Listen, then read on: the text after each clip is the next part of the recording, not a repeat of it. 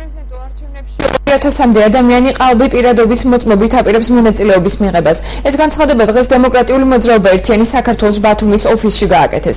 პარტიის წარმომადგენლები მათივე განცხადებით სანდო წყაროზე დაყრდნობით აცხადებენ, რომ ბათუმის ნომერ 74 და მე-80 უბანზე რამდენიმე ამომრჩეველი უმისამართოდ ფიქსირდება.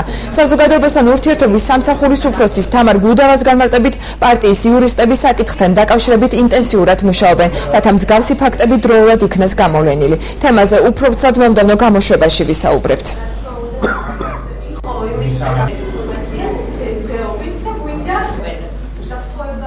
ჩვენი ხელთარსებული ინფორმაციით, როგორც გითხრეს, 2000-მდე პასპორტია გაცემული მხოლოდ აჭარის რეგიონში.